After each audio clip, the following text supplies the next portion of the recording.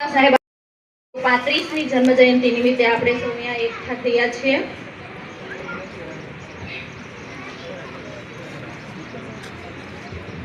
Doctor Baba Saheb આંબેડકરની 135મી જન્મ જયંતિ નિમિત્તે આપણે સૌ અહીં એકઠા થયા છે. ભારતની મહાન ભૂમિ પર 14 એપ્રિલ 1851ના દિવસે ભારત રત્ન ડોક્ટર બાબા સાહેબ આંબેડકરનો જન્મ થયો હતો. એવા મહાન પુરુષની જન્મ જયંતિ નિમિત્તે આપણે સૌ અહીંયા એકઠા થયા છીએ.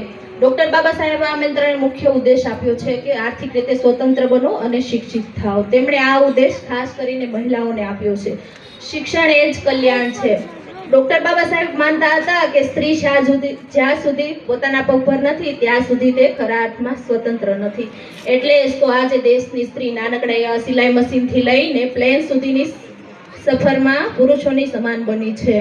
ડોક્ટર બાબા સાહેબ આંબેડકરે કહ્યું હતું કે જ્યાં સુધી સ્ત્રી પોતાના પગ પર નથી ત્યાં સુધી તે આઝાદ નથી.